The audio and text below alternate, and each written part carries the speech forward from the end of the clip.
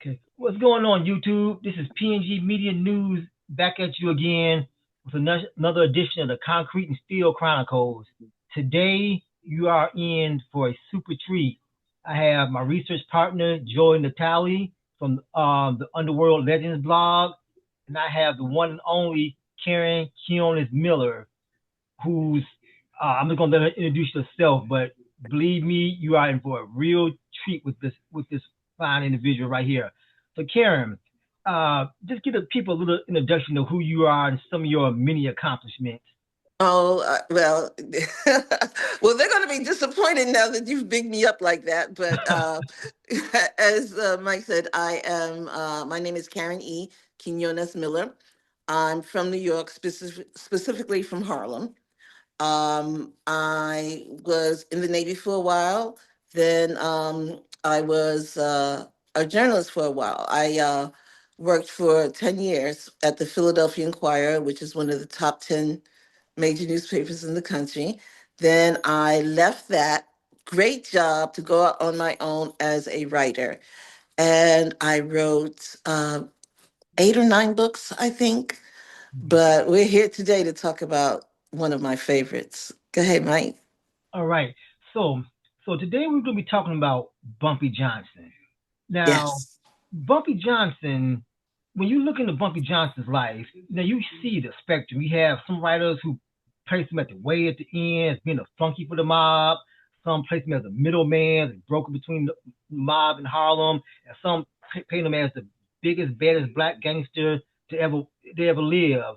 So, based on your research, where historically and accurately do you place Bumpy Johnson? Who was the real Bumpy Johnson?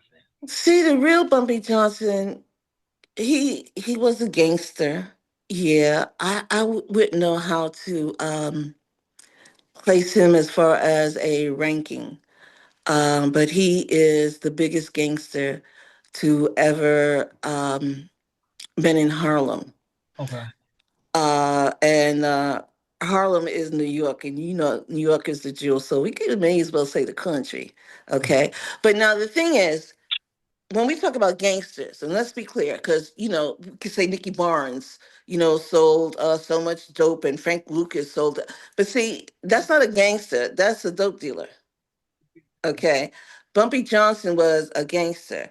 He had his finger in everything that went on in Harlem.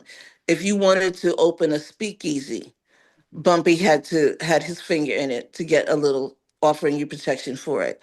If you were opening a gambling joint, Bumpy was in it. Whatever was going on in Harlem, Bumpy was in on it in some shape, form, or fashion. You know, um, and you could say that, well, I mean, I wouldn't say that he exploited Harlem, although some people would say that. But you know what? He was someone who gave back for real. For real. I know, like Frank Lucas talks about him giving turkeys out on St. Nicholas Avenue. Yo, I was in Harlem when Frank Lucas was in Harlem doing his thing, and he ain't ever give a turkey out. Bumpy Johnson did. Mhm. You know, when kids got an A on their report card, the first person they wanted to look for was Bumpy Johnson, because for every A that you got a quarter. From Bumpy. You didn't have to know him, but you knew of him, and you knew that if you got an A, to go look for him. He was cool. He was a gangster. He was not a drug dealer per se. He was a gangster. He was a loan shark. You know what I'm saying? He was in the rackets. He was a racketeer.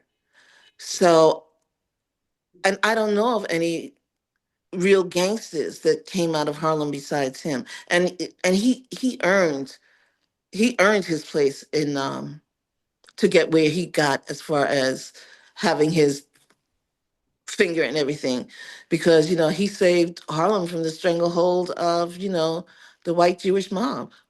Mhm. Did I Now, give you a very long answer to your very short question? no, that was a very good answer. That was an excellent answer. Okay, so now speaking of that, him saving Harlem from the stranglehold of the Jewish mob. So after the demise of Dutch Schultz, my understanding that Luciano, what became the Lucchese family, kind of took over from Schultz Rackets. So where did that leave Bumpy? Did he operate independent of the mob, or was like a co-working relationship? Can you identify exactly what his connection to the Italians were? Or you have Yeah, something to say, Joe? yeah, absolutely. Dutch Schultz. Well, first of all, the Italian mob always had some spots in Harlem. They always did, especially in East Harlem. Okay. They, even during Dutch Schultz's, uh, heyday, they always had their spots. So when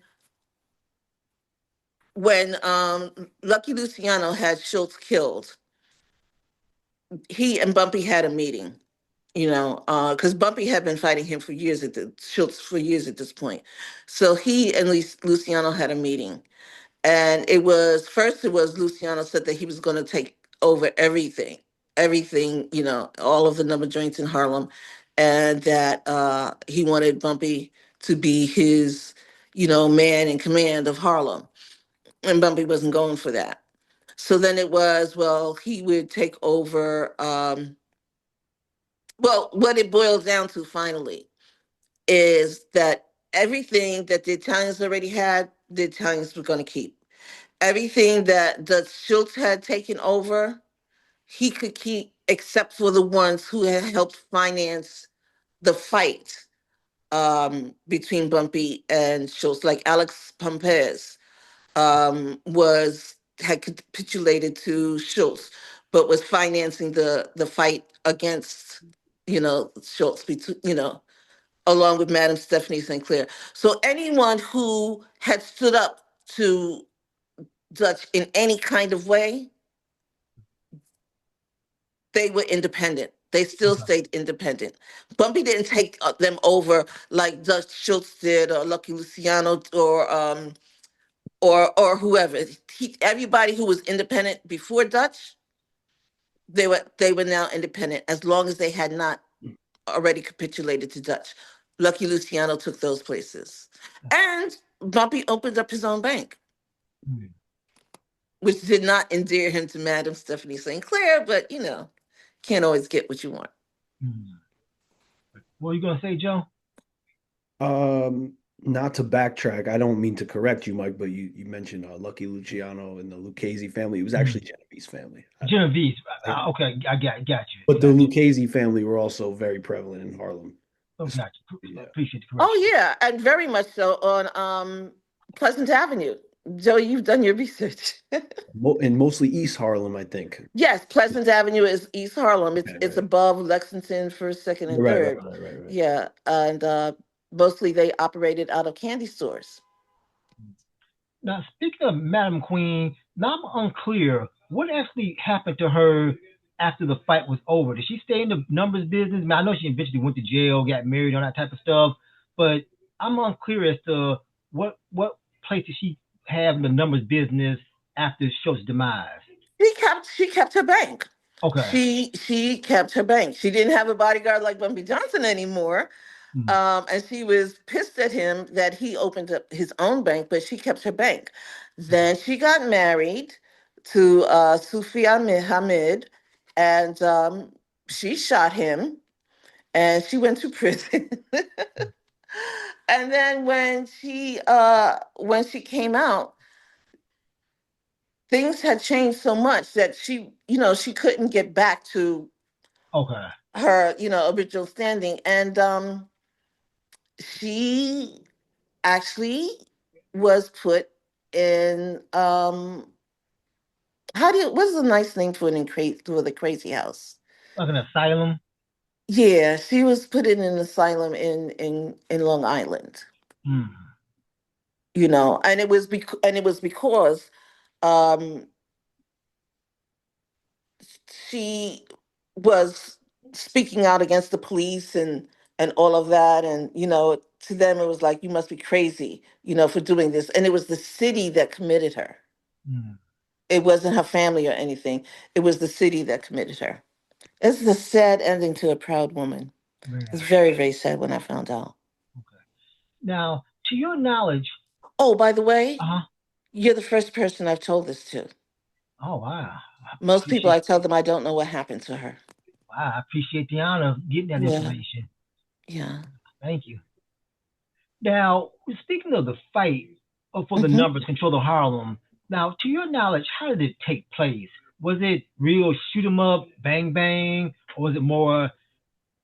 I've heard people describe it as, Dutch would have his people on the street, they would disappear. I've heard some people say that Dutch's his main people didn't fight. He would hire guys like Bub Hewlett and other blacks to do the fighting for him. What form did it actually take to your knowledge? Well, at first, Dutch, he knew of Bumpy's reputation, so he had his white gunmen out in the street in Harlem. But see, the thing is, it's easy to pick off a gunman if he's white. Mm-hmm. Everybody can say Bumpy, they're around the corner right now, Mm-hmm. and that would be the end of them. You know, their bodies would wind up in Mount Morris Park. I don't think it's called Mount Morris anymore. Their bodies would wind up in Mount Morris Park. Every weekend, there'd be two or three white bodies in Mount Morris Park. So he started hiring. Well, Bob Hewlett was already, working for him, but then he had Bub use his gang. But the thing is Bub Hewlett was sent to prison on a whole other tip about a year, 6 or 7 months into the fight. So Dutch lost, his real, gunman. But yeah, there was shoot up bang bangs on 100 and on Lenox Avenue on 114th Street. In particular, I remember. Mm-hmm. Um, but and there was buildings bombed. I mean, it was a serious. It was not like, let's talk this out and, then I get mad at you and just shoot you. No, no, no, no, no, no. It was it was a fight in Harlem, and Harlem was feeling it. Harlem, as big as it is, that's just how small it is. So Mm-hmm. Harlem was feeling it. Now, speaking of the war, that's something I want to help you. Maybe you can help me clarify. Now, there's a common story about Bumpy Johnson and Ulysses Rollins, him being imported from Chicago as hired muscle for Dutch Schultz. Now, from me and Joel's research, Ulysses Rollins was pretty much a legitimate guy. I mean, he had some background of getting in some street brawls, but we couldn't find anything that linked him to being Dutch Schultz or even being a hitman. And it seems that maybe him and Bumpy just kind of crossed paths, got in an argument. Bumpy messed him up pretty bad. Rollins came back to try to shoot Bumpy, and he shot a lady. That people just kind of figured, oh, well, it must have been part of the Schultz and the Bumpy War. What do you know about that? And that's exactly what I would say. That's Okay, exactly what I would say. Because it was going on during the time of the war. okay, You know, as a matter of fact, near the end of the war, if I remember correctly. mm-hmm. But they had some run-ins, some prior run-ins. Now, because of the timing, it looked like it was part of the Dutch Schultz thing, but Mm-hmm. I'm not convinced. Mamie was convinced that it was. I'm not convinced that it was. Okay. And he, Bumpy and one of his white girlfriends, Helen Lawrence, and as a matter of fact, she put it in one of her books. Um, Stranger at the party. yes, Mm-hmm. good research, guys. But yeah, she put it in one of her books. She and Bumpy had went out to eat, and they were sitting down eating, and Ulysses Rollins came in. Well, I think he and Bumpy had already gotten into it before the restaurant thing, and Rollins came in because I think Rollins' eye was bandaged already. Mm. Okay, so he and Bumpy had already gotten into it. Had gotten the best of him. Bumpy thought it was over, and they were sitting down eating, or waiting to be seated.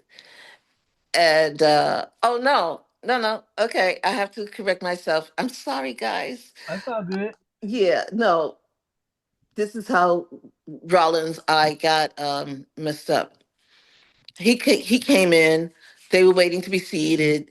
He saw Bumpy before Bumpy saw him. So Bumpy was wearing a hat at the time. And he shot at Bumpy, and it hit his hat and hit shot a woman behind him. I believe it was a choir girl. Oh, I didn't know that. That I I never knew. believe, You telling me something? yeah, Yeah, yeah. And did she die? I believe so. I believe Yeah.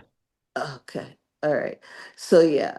Um, and then Bumpy, managed to get to Rollins, and I believe he stabbed him in the eye as opposed to shooting him in the eye, because I know his eyeball came out Mm.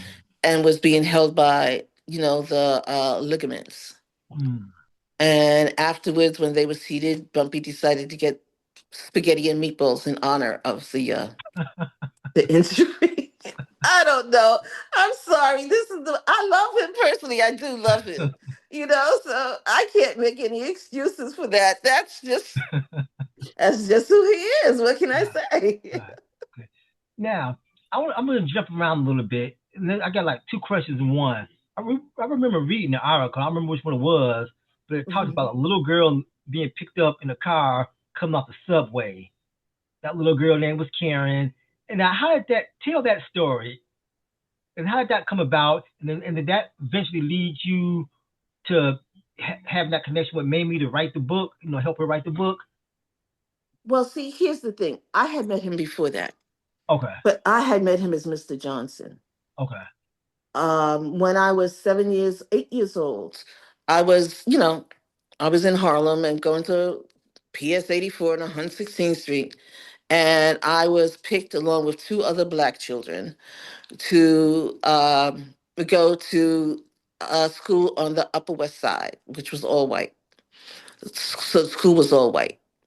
And we were picked to be in this program, the IGC, Intellectually Gifted Children. I didn't want to go.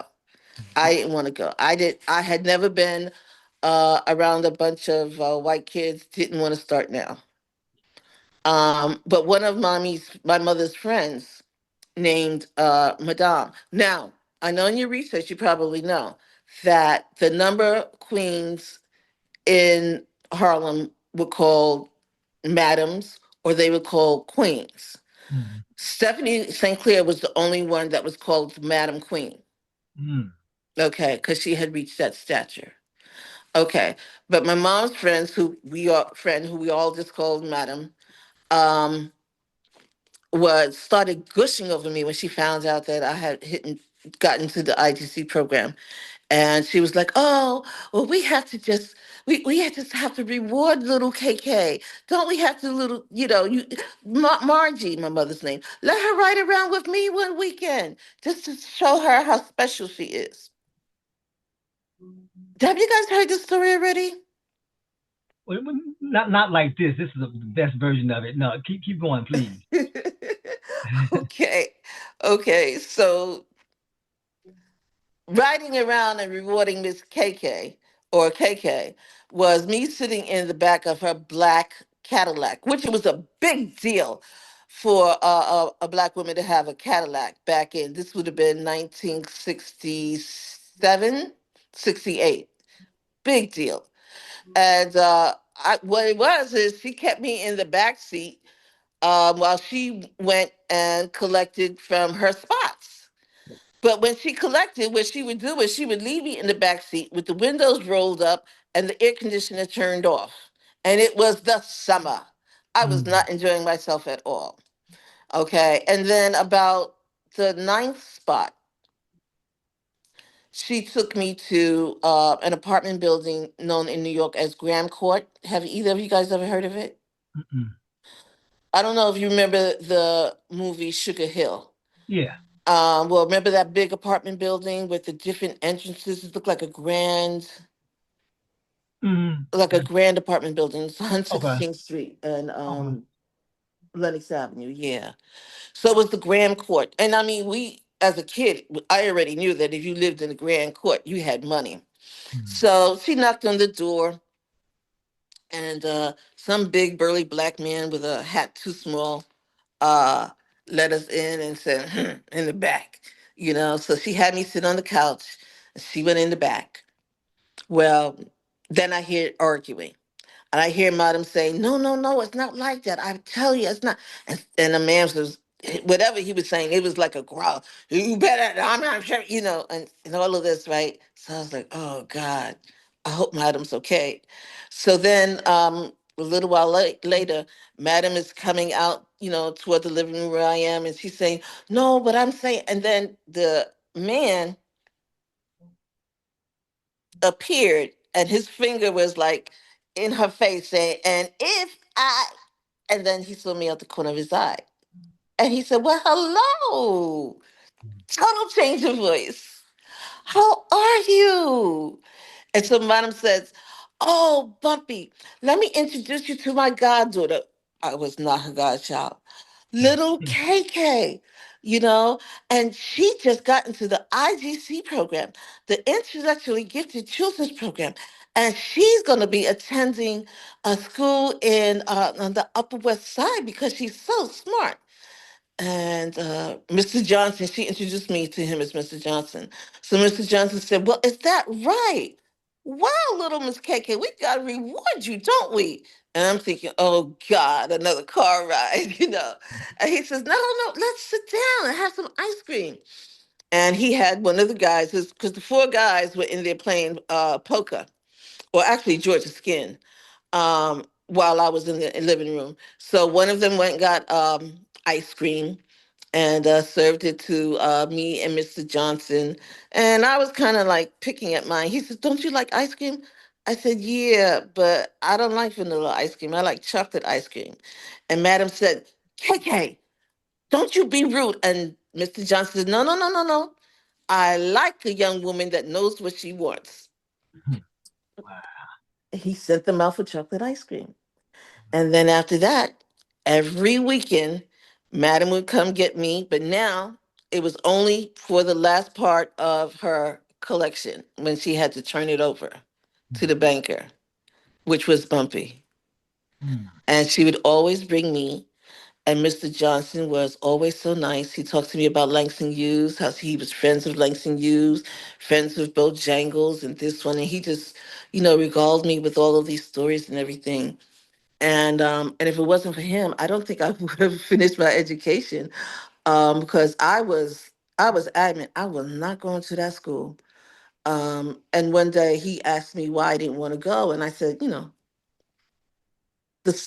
the stark act, answer that every 8-year old gives, because and he got it out of me, and I said, because I know that they're going to laugh at me because of my clothes. All these white people are going to laugh at me because of my clothes. And he said, Miss KK, that was his name for me, Miss KK. Well, you don't go to school just because of clothes or to show off your clothes. And I said, but I don't want to be made fun of. He said, well, if they make fun of you, so what? When I was in school and they made fun of me because of my clothes. So, and I looked at him because he was sharp. I mean, even as a kid, you could tell these were custom made clothes. They fit him, and I didn't even know what custom made clothes were, but they fit him like they just belonged to his skin. There was no wrinkle anywhere, even when he sat down, So I couldn't believe that. I said, someone made fun of you because of your clothes? And he said, yes, Miss KK. So I said, so what did you do? He said, oh, I beat them up. And then so, one of the guys that was always hanging around started laughing. He shot him a dirty look. And he said, but I don't want you to try and beat anybody up. But you have to go to school because you are intelligent and we need intelligent black people out here fighting for our race. And I said, okay. Well, right after that, he was picked up, for the last time. Oh, wow. And but not long after, while he's gone, there was a knock on my mother's door at like 9:30 at night. And when she opened it up, there was two tall black men, and one of them handed her an envelope. And he says, this is for the kids. And she opened it, and there was four $100 bills. Mm. Now, this is 1968. That was enough money for my whole school wardrobe, my twin sister's whole school wardrobe, and my older brother's, wardrobe for the whole school year. You know, and that's how I met Mr. Johnson. Well, So then, when I was on 125th Street, I was coming out of the subway, and there were people lined up on each side of the street and like standing there, and I was like, what's going on? And I asked a kid, and he said, for the funeral. I said, whose funeral? He said, Bumpy Johnson's. And I mean, he said it in such a way that the woman next to him just like swatted him on the head and everything. I didn't know who Bumpy Johnson was. I knew who Mr. Johnson was. hmm. And I looked up on the roof of the buildings, and there were police officers with rifles pointed down. So I'm like, well, Mr. Johnson must be one hell of a dude if they think that he's going to get up out of his casket and start shooting at them. And I didn't think of it, anymore. Um, I found out that Mr. Johnson and Bumpy Johnson were the same person. I don't even remember how. Oh, I was watching a TV program talking about Escape from Alcatraz, and they Hmm. said that Bumpy Johnson was the one who had financed it and had sent the boats out to pick up the people. Yeah, unsolved mysteries. Right. Oh, right. Okay. Hmm. And they showed, I was ironing. I wasn't thinking, I wasn't really watching the show. And I just happened to glance at the screen when they showed the picture of Bumpy Johnson. And it was my Mr. Johnson. Wow. It was my Mr. Johnson. And so I called one of my mother's friends. My mother had by this time had died. And I called one of my friends, my mother's friends, and she said, yeah, they're the same person. You didn't know that? And I was like, dang, So then I was living in Virginia at that point. I was, by this time already a journalist. And when I next went up to New York, I was like, well, I gotta reach out and, see, talk to his family and everything, see if I could maybe write a story or something on him. And so I looked in the white pages, and sure enough, Ellsworth Johnson was in the white pages in the phone book, which I thought was crazy, but Right. there he was. Wow. And I called, and Mamie picked up, and that was the start of a friendship. Okay. Then she moved to. She had her daughter Ruthie. Ruthie had moved to Philadelphia and was the supervisor, the manager of a nursing home that had nursing home and assisted living. Hmm.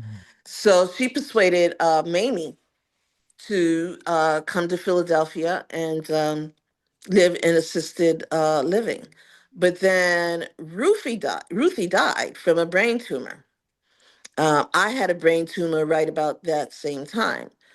So after Ruthie died, Mamie broke her hip, and she was moved from assisted living to the nursing home. Like this, I mean, I was already visiting her when she was in assisted living, but now, I mean, I really stepped it up. You know, when she had to be sent to the nursing home, I used to bring her dinner every day, my daughter and me, because she didn't like the nursing home's dinner, and we were just tight. We were just tight. And I had spoken to her a couple of times about we need to write about Bumpy Johnson, because by now I had learned all the stuff about Bumpy.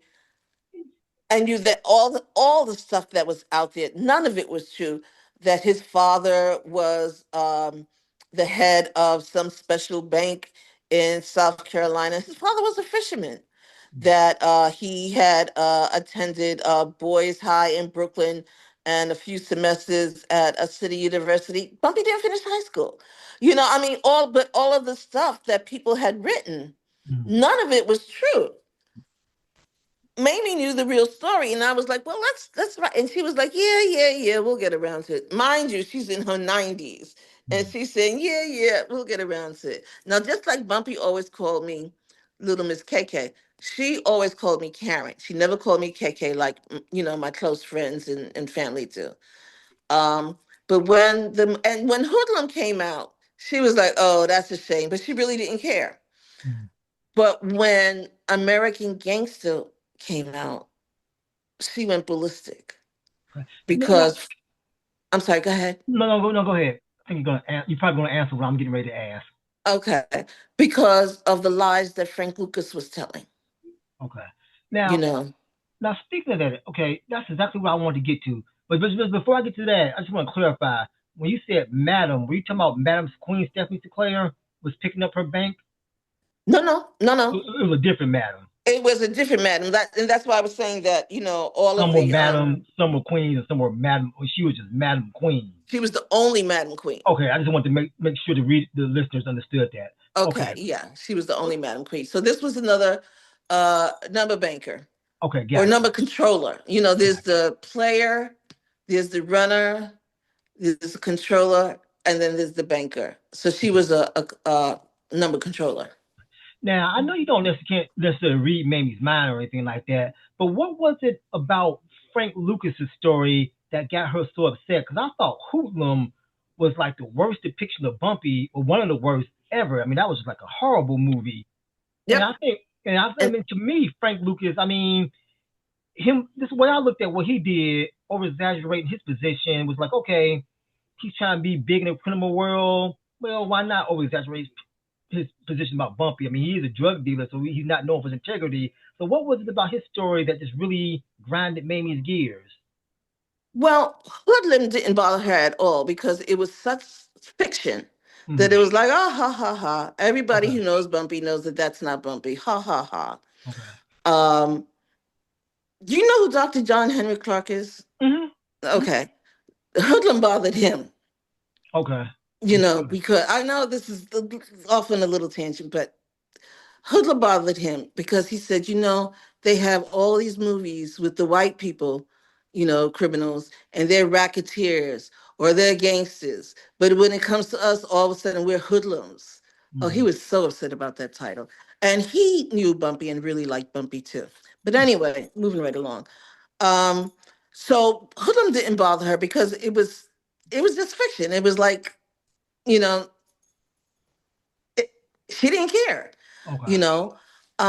But American Gangster, she cared a lot about because Frank was telling lies Mm-hmm. about her husband. In other words, people would have reason to believe Frank because Frank really knew Bumpy, and he was saying things like that Bumpy was like a go between the Italians, and Harlem, but he wanted to be his own independent man. That Bumpy was buying drugs from the Italians, but he was the one that was independent enough to like say, "Let's go get it from Vietnam." Mm-hmm. By the way, eh, just to clarify something, Bumpy never sold heroin. We didn't. He never sold heroin. Remember, I said that Bumpy had his finger in everything that was going on? Mm-hmm. So the people that were dealing had to kick up some money to him, too. Okay. Okay. And when the Italians were looking for someone to sell heroin for them, they might go to Bumpy and see who he would recommend. Okay. But Bumpy never, ever sold heroin. And he got that last bust that he got in what was 68. it, 1968, Mm-hmm. which and this just goes to show Frank Lucas doesn't know shit. um Frank had said that he got busted on a heroin charge. Well, it's true that he got busted on a drug charge, but it was cocaine. Mm-hmm. And back then the people that were sniffing cocaine were the entertainers. Those were the Sammy Davis Juniors, the Red Foxes, the Sarah Vaughns. Those were his customers. Okay. That was cocaine. When he got sent up for heroin back in 52, It was because he was framed by Flash Walker, who, by the way, Flash Walker was like a son to Bumpy. Frank Lucas co-opted Flash Walker's life with Bumpy, saying like he was like a son with Bumpy to Bumpy. He was like a lieutenant to Bumpy. Him and but he and Bumpy was so tight. All of that was BS. He just co-opted Flash Walker's life. And see, the thing is, Frank thought everybody was dead. Finley Hoskins was the last one to die. Mm. Okay, and it was only after Finley Hoskins died that Flash came up with this bullshit. You Mm. know, he thought Mamie had died because Mamie was in Philadelphia and Mm. had been for years. So he thought he could get away with it. Him saying that Bumpy died in his arms. Frank wasn't even around when Bumpy died at Wells Restaurant. He died in Junie Bird's arm, one of his oldest friends. Mm.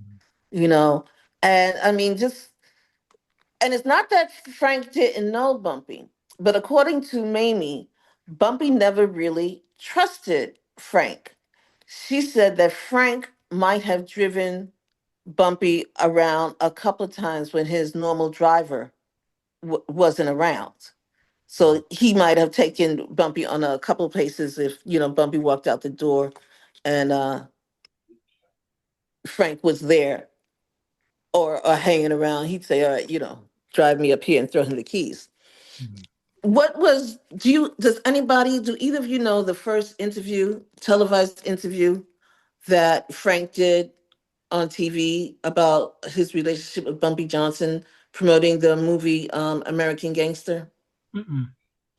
Well, if you could find it, he he's driving around, or he's being driven around Harlem, and he points to an apartment building on like 123rd Street or 122nd Street. He said, "Yeah, my boss used to live there before he moved to the Lenox Terrace." Bumpy never lived there. Bumpy lived on 120th Street. Mm. Frank didn't know what he was talking about. Mamie, as far as Mamie was concerned, well, not as far as Mamie was concerned, Mamie says that Frank was nothing but a flunky. Bumpy might let him shine his shoes, you know. And it just infuriated Mamie that not the lies and exaggerations as much as the putting down of her husband Okay. in order to make himself look big. Gotcha. So that's what that was. Gotcha. Okay, I can see that. Okay, now I'm gonna switch around a little because just for time's sake, we're running out of time. Oh, I'm But sorry. oh, no, that's fine. But I don't want to hold you too long. You know what I mean? So no. But now I want Joe to take this part. Now, there's a rumor that Bumpy had a child with Dutch Schultz's daughter. Okay, go into No. that, Joey. Tell her what you know about that. 'Cause you did most of the research on that one. Well, I only got that information from a video that I can no longer find. It was a documentary that one of the networks did, where I don't even remember because it's been off the internet for a few years now since I found it. It was one of Bumpy's daughters, I believe. I could be wrong on this, but I'll just say either his one of his granddaughters, daughters, whoever it was, and they suggested that a lot of the fuel behind the beef behind um, Dutch and Bumpy was actually due to relations that Bumpy had with Dutch's sister, and I perceived it as she was almost suggesting that that was also the reasoning behind the complexion of their skin color. I don't know. This is an old video that I haven't seen in a few years. I can no longer find it. I think they removed it. Uh, Hmm. so that's where I got that from. But I mean, speak on that if you can, please. Oh, that would have been all over Harlem, hon. That would have been a secret that would not have been able to keep, you know. But no. Bumpy's daughter, Elise, one day he showed up at his sister Mabel's apartment, with a baby. And he said, this is my daughter. I need you to he wasn't married yet. He said, this is my daughter. I need you to take care of her. And she looked at the baby and she said, that's a white baby, Bumpy. And he said, how's it going to be a white baby if I just said that's my daughter? And he would never say who the mother was. I believe that the mother was Helen Lawrenson because the timing would have been right for that. Mm. Because he did have he had a relationship with Helen Lawrenson. Mhm. So, Okay. Now, and it's funny, in her book, she never mentioned that he had a daughter. mm, okay. Now, speaking of books, did you ever read the book about Lumumba Odingo about Bumpy Johnson? He was a native Harlem guy. It's called Two Uncompromised Men in America: The Story of Bumpy Johnson and Lumumba Odingo. I read a book, that's funny, back in like 1999 or 2000 that I bought at a barbershop in Harlem on Mm. 122nd Street. Okay, Um, but I don't know if this is what you're talking about. It was not much more than a pamphlet. that's probably the same thing. Okay, gotcha. Now I was Okay. just curious if it ever circulated to you. That's all. And something else I wanted to ask. Where I But go? that had the same misinformation that everything had. It talked about Bumpy's father being a banker and, all this other Okay, kind of stuff. different book Yeah. then. Okay, yeah. He Yeah. didn't go into like the early history. Okay, But okay, because nobody had that information, Bumpy right, did tell lies. okay. Mm-hmm. Hmm. Right. Now, do you have something, Joe? Yeah, I think, the discussion about the Dutch Schultz question that I just asked you, I think this leads into another question that's similar. I'm Hmm. doing some research on ancestry.com, and there's a genealogist on there that made a connection. Um, I was able to speak with this genealogist, and I'm not really sure, what's true, what isn't, but it breaks down his relationships, his families, yeah, several different wives, two of which being named Mamie, of course. I'm just telling you what I've seen. Hmm. And what always caught my eye was one of the listed spouses was actually Ava Gardner, and it says that they had a son by the name of Arthur, who and I think he lived in Memphis. I don't I don't know what's true, but that's something that I've seen as well, and I was just wondering if you had any thoughts on that. Do you have the dates of any of these births? Yeah, I maybe not all of them, but there I can share it with you, at another time. Oh, okay. All Yeah. right. Because I was getting ready to say that Ava Gardner kind of became big in the 50s. He was locked up for most of the 50s. Okay, so let me actually now it's coming to my mind. I actually said this to Mike before we started the interview. I Hmm. it says that the alleged son was born in 1933. That would have made Ava around 22 years old. And Yeah. that timeline doesn't really seem plausible in my mind either.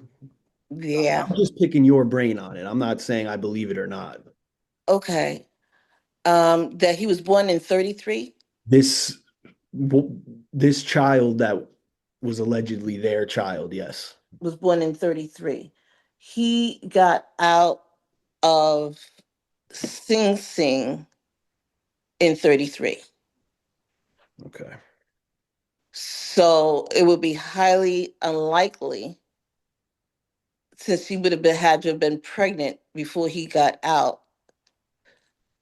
Okay, he got out in October of 33.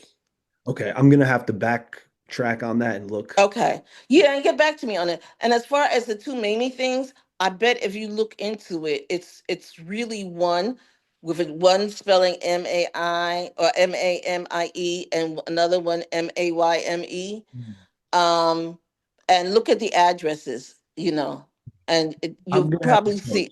Yeah, you'll probably see it's the same person. Okay. Okay. Now, in the time that we have left, I just want to shoot some random questions. Okay, relationship Bumpy Johnson and Malcolm X, real relationship or more overblown for the TV series?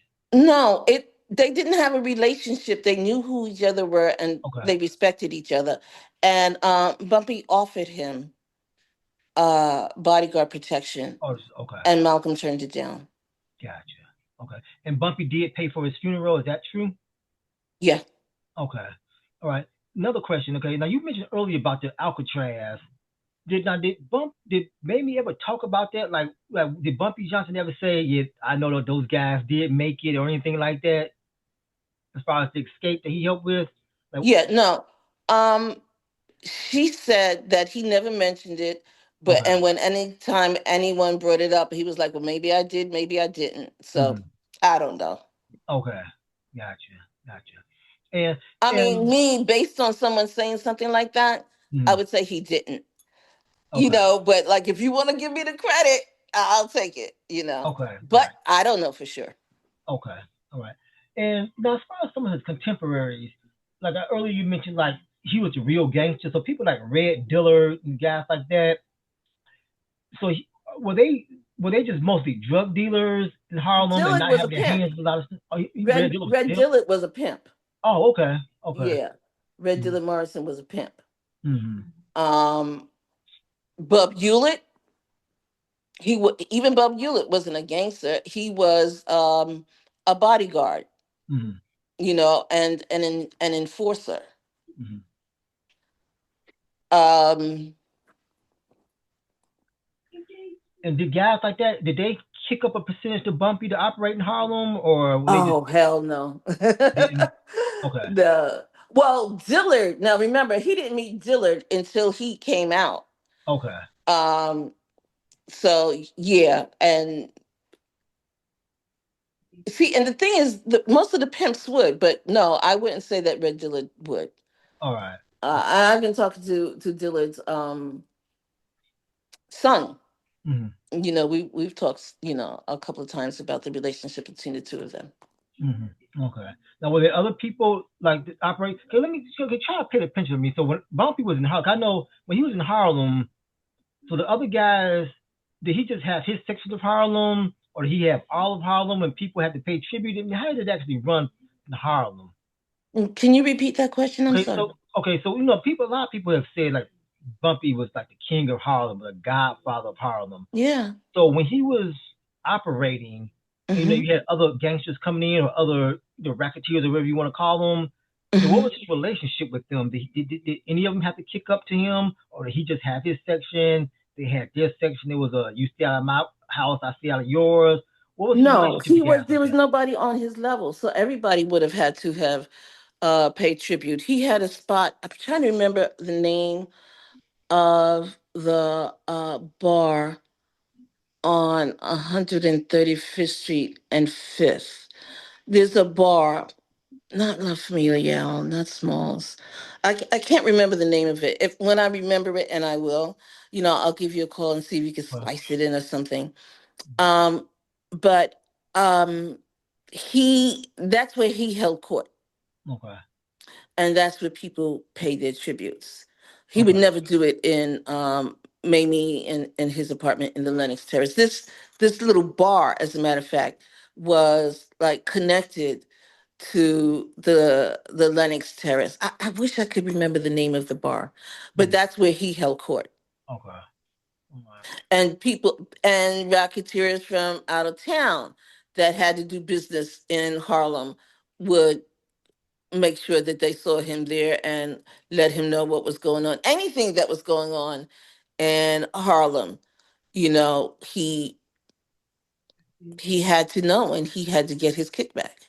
okay, gotcha. He was considered the godfather of Harlem. He was considered Harlem Godfather. Hmm. Okay, He was considered Harlem Godfather. right. And so is that reason why him and Dillard had? I remember there was a story about them shooting at each other, and it was like we both missed. Dude, man, yes. I mean, what did they get into it about? Oh, oh, oh. Red had borrowed some money from somebody. It wasn't Junie, and God knows it wasn't Nat. but he had borrowed money from one of Bumpy's boys, and he made it a point to not pay him back. Mhm. Um, and the guy didn't go to Bumpy, but he let Bumpy know in a roundabout way that this was going on. And so Bumpy, well, first of all, Bumpy didn't like him when he first came out because Red was just too pretty, Mhm. okay, and was getting his share of the women.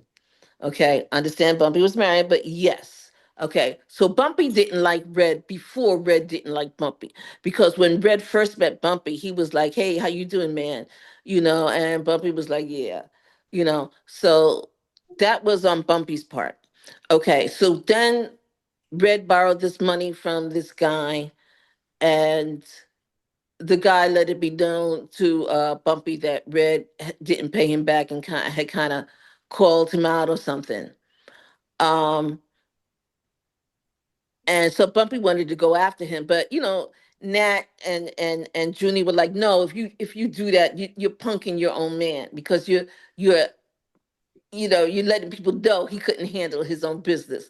If he can't get the money back from Red, that's on him. So then what happened was, I'm trying to remember it all. I know it had to do with Johnny Walker. Oh, oh, I'm sorry. What did I do? Oh, I have to decline this, right? Am I back? You're still frozen. Okay, how do I get back in? There Okay, Let's you there go. you see. are. I'm here now? Yep. Okay. Um, I don't remember what started the fight. Red had called somebody out. Oh, do you know what happened was? What Cunningham? Chink. Is it say Chink Cunningham. Chink Cunningham? What was Chink's first name? I would have to pull it. Because his wife was Evelyn Cunningham, and she was a She big deal in Harlem's politics she because loved she to was, talk him up, right? well, she was like a state senator. Okay. Okay, I remember the last name was Cunningham, and I think it was Chink, but I think we had his first name too. It was like And Earl he or had, Gerald or something like that. say it again. It was Gerald, maybe, No, or Earl or something like that. He no. went by Chink. If it's Chink Cunningham, I think it probably. Okay, okay. I know the last name was Cunningham because I remember her name is Evelyn Cunningham, and even though she married again, she kept his name. She loved him so much. Didn't like Bumpy, but anyway, um, he Red had done something and had put Cunningham in the hospital, had hurt him in some kind of way, and that was enough excuse for Bumpy. Okay, so they went to war, and they had gunfights and shooting at each other and all kinds of stuff, you know. Um, and I believe, if I remember correctly, Red got the worst part of that battle. Um, and when he didn't want to press charges, the city pressed charges against Bumpy for whatever he did to Red. And I'm sure, Joey, do you remember what it is that he did to Red? There was definitely some beef over something that happened with Chink Cunningham. Right. No, no, no. I mean, the feud is established, but what happened that ended it? He did something, and Red Red refused to press charges against Bumpy, but then the city pressed charges because whatever it was public that he did. He shot him or he did something or whatever. Well, I'm pretty sure if I remember correctly too, I'm pretty sure that Red ended up in jail after this, I think. Yeah, but he And I ended think up he, in, he ended yeah. up off the street, and I'm Hmm. pretty sure that kind of maybe cleared it No, unofficially. no, no, no, no, no, no, no, because Red kept saying, "Yeah, I'm going to press charges. Yeah, I'm going to press charges. I'm going to press charges." And Bumpy didn't believe him that he was going to press charges. Well, he didn't press charges, but the city pressed charges, and they called Red in as a witness.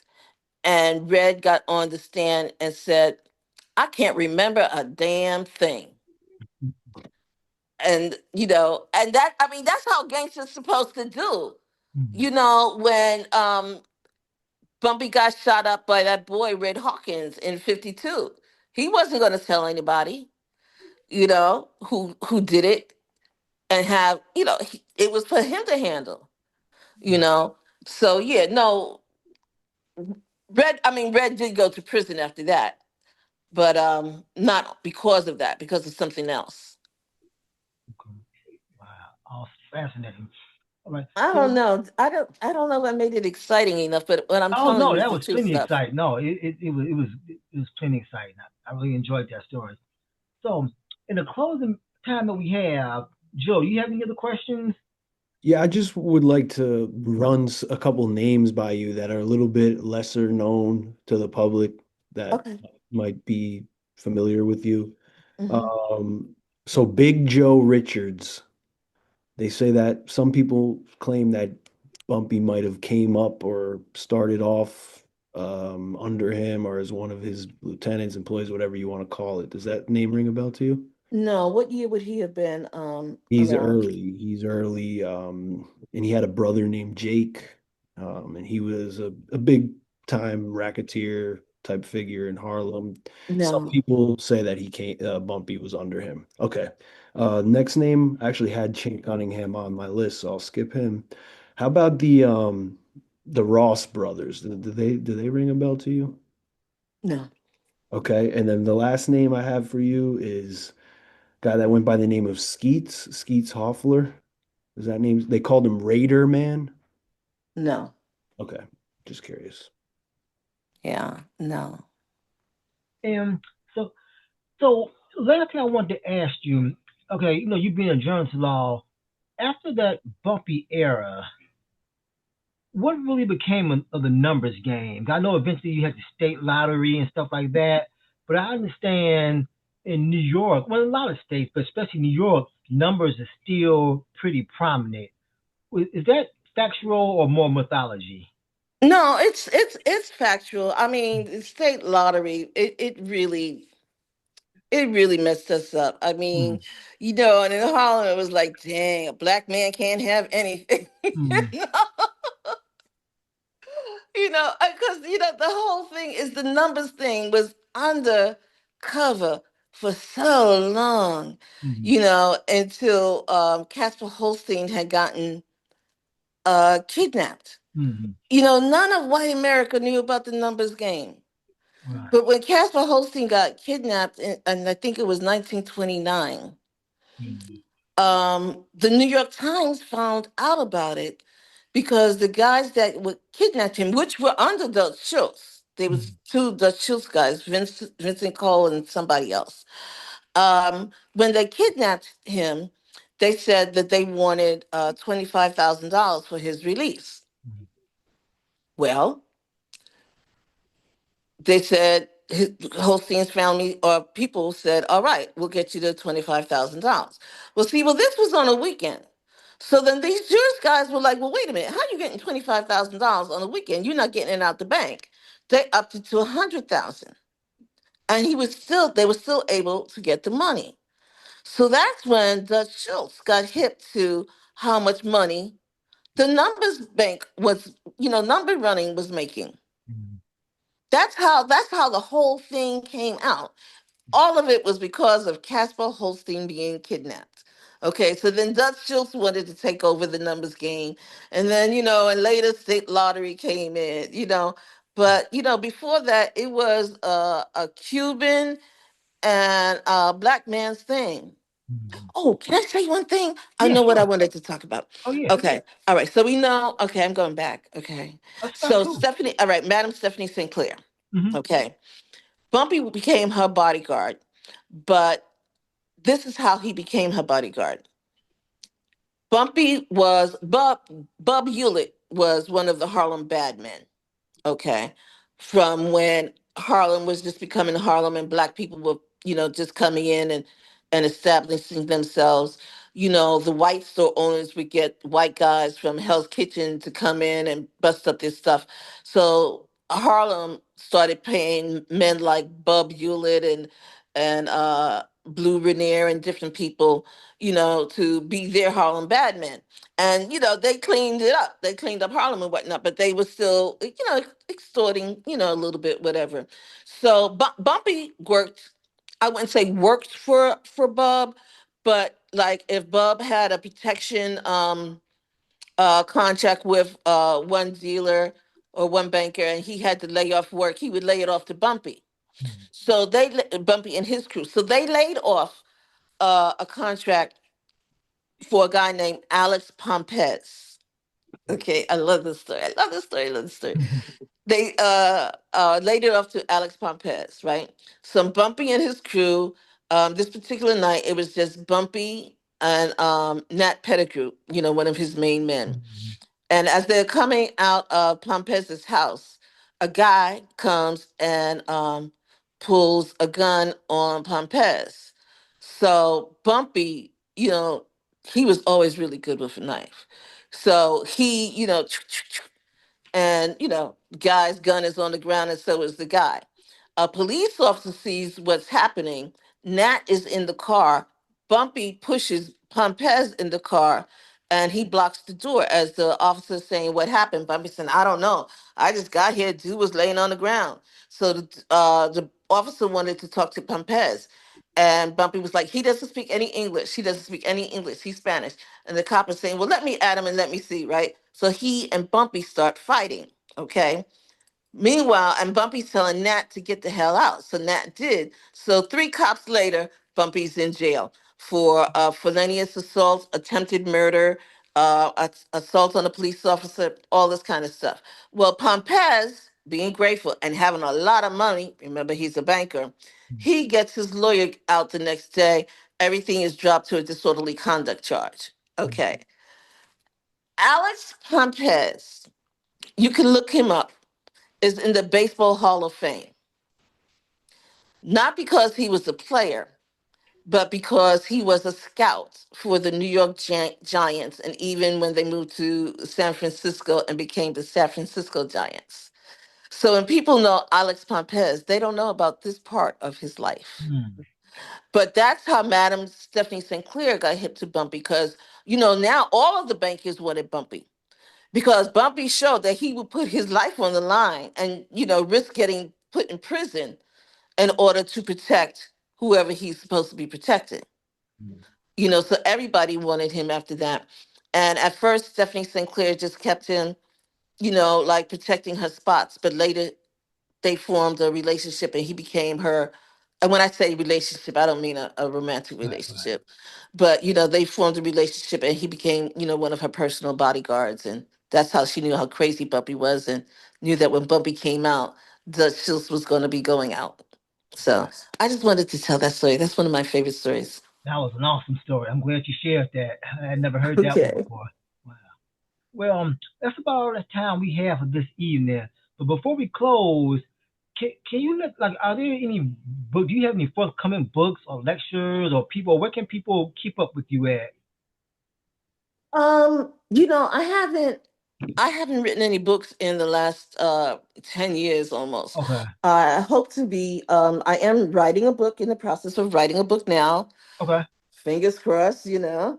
Um so hopefully this is 2025. Hopefully it'll be finished by 2026 Okay. and be in the stores by 2027, but hint hint, it has to do with Harlem. No, looking forward to it already. Okay. So Thank then, do you. you have any particular social medias people can keep up with you at? Like keep track of the book coming out, or just connect with you in general? You have Instagram or No, I mean, Facebook? I'm on Facebook and I'm on Okay. Twitter and I'm on Instagram and I'm all that, but I don't have a live website Okay. anymore. Everyone's talking to me about Substacks, but I can't figure that out. I'm old. But I mean, please let your listeners and your viewers know that they can grab a copy of Godfather on Amazon.com. Okay. Yeah, there we go. We got it right up here. Perfect. Oh, Perfect. it's All right. blurry. And you want Sorry. to Oh, shout thank you. You get the idea. any of your titles that come to mind that are still available that readers may want to grab? Oh, all of them. Satin Doll. I'm telling, using what you got. Um, oh, geez. Satin Nights.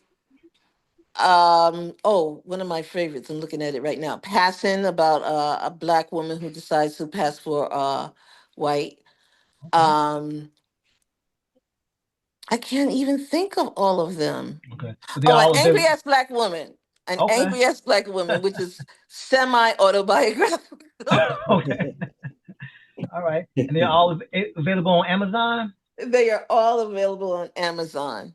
Awesome. Okay. Well, there you have it, listeners. Go out and grab some little titles. I'm sure you won't be disappointed. I'm gonna grab the Angry Ass Black one. I hadn't heard that title before, so I'm gonna get that one myself. Can't wait to read. Okay. Well, I can't thank you enough for coming on my platform. I mean, it's like I enjoyed this. I mean, I could really talk to you all. I literally could talk to you all night. So I have to stop myself because I could just go on all day tonight about this topic. I mean, seriously, I don't want you to be like, oh my God, the guy talked me to death. So, but I really appreciate this. This is just like really, you answered a lot of questions that I have been wondering about for years. Clear up a lot of misconceptions. And I know my audience is going to eat this up. So thank you I so hope much so. for taking time out about your busy schedule to come on my platform. Oh, it's my pleasure. And you have to let me know when it goes live so I can look at it too. Oh yeah, definitely. I'll send you as soon as I upload it. I'll send the link directly to you. No doubt about it. Thank you so much, Mike. Thank you so much. All right, there you have it, YouTube. Any closing remarks, Joe? Before I. No, you All right, couldn't have said it better, man. all right. Joey, it was nice meeting you Nice also. to meet you too. Well, Thank you there for you your have. time, of course. My pleasure. But there you have it, YouTube. This has been another edition of the Concrete and Steel Chronicles. I hope you enjoyed this as much as I did. And until next time, enjoy this one and tune in soon.